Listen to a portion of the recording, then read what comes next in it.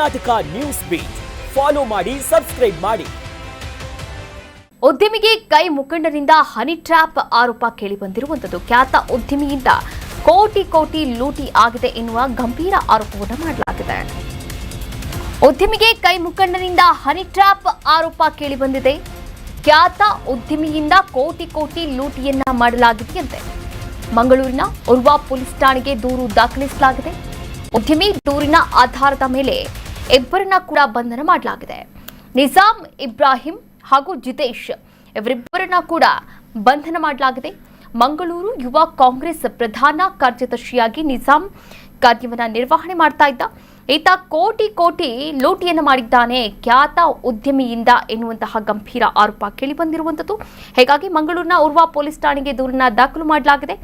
ಉದ್ಯಮಿ ದೂರಿನ ಆಧಾರದ ಮೇಲೆ ಇಬ್ಬರನ್ನ ಕೂಡ ಬಂಧನ ಮಾಡಿ ತನಿಖೆಗೆ ಒಳಪಡಿಸಲಾಗಿದೆ.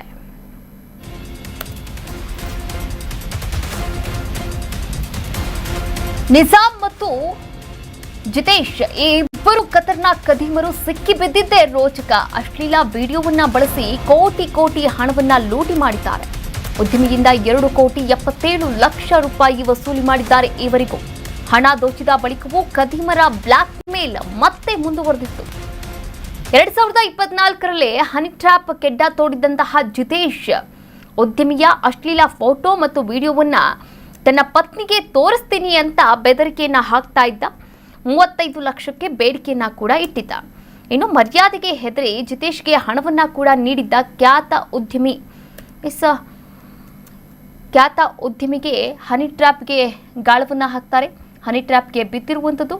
ಅದಾದ ನಂತರ ಆತನ ಒಂದು ವಿಡಿಯೋ ಮತ್ತು ಫೋಟೋವನ್ನ ಬಳಕೆ ಮಾಡಿಕೊಂಡು ಮದುವೆಯಾದ ನಂತರ ನಿನ್ನ ಹೆಂಡತಿಗೆ ತೋರಿಸ್ತೀವಿ ಅಂತ ಮೊದಲು 35 ಲಕ್ಷ, ಆಮೇಲೆ 2,77,00,000 ವಸೂಲಿ ಮಾಡಿದ್ದಾರೆ ಈ ಖ್ಯಾತ ಉದ್ಯಮಿಯಿಂದ.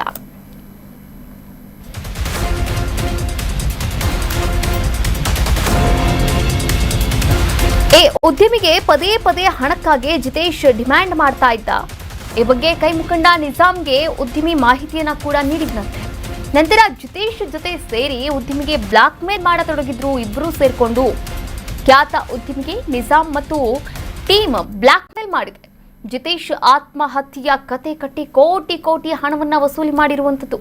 2024ರಿಂದ 2026ರವರೆಗೆ ಕೋಟಿ ಹಣವನ್ನ ವಸೂಲಿ ಮಾಡಿದೆ ಈ ಒಂದು ಗ್ಯಾಂಗ್. ನೋಡಿ, ಉದ್ಯಮಿಗೆ ಪದೇ ಹಣಕ್ಕಾಗಿ ಜಿತೇಶ್ ಡಿಮ್ಯಾಂಡ್ ಮಾಡ್ತಾ ಇದ್ದ. ಈ ಬಗ್ಗೆ ಕೈ ಮುಖಂಡ ನಿಜಾಂಗೆ ಉದ್ಯಮಿ ಮಾಹಿತಿಯನ್ನ ಕೂಡ ನೀಡಿದ್ದ. ಆನಂತರ ಜಿತೇಶ್ ಮತ್ತು ನಿಜಾಂ ಇಬ್ರು ಕೂಡ ಒಂದಾಗ್ತಾರೆ. ಇಬ್ರು ಕೂಡ ಒಂದಾಗಿ ಈ ಉದ್ಯಮಿಗೆ ಬ್ಲಾಕ್ ಮೇಲ್ ಮಾಡೋಕೆ ಶುರು ಮಾಡ್ತಾರೆ. 2 ವರ್ಷ ಒಟ್ಟು 2,77,00,000 ಹಣವನ್ನ ನೀಡಿದ್ದಾರೆ ಉದ್ಯಮಿ. ಆದರೆ 2026ರ ಜೂನ್ನಲ್ಲಿ ಉದ್ಯಮಿಗೆ ಕಣ್ಣಿಗೆ ಬಿದ್ದಂತಹ ಜಿತೇಶ್ ಜೀವಂತ ಇರೋದನ್ನ ನೋಡಿ ಉದ್ಯಮಿ ಶಾಕ್ ಆಗಿದ್ದಾರೆ.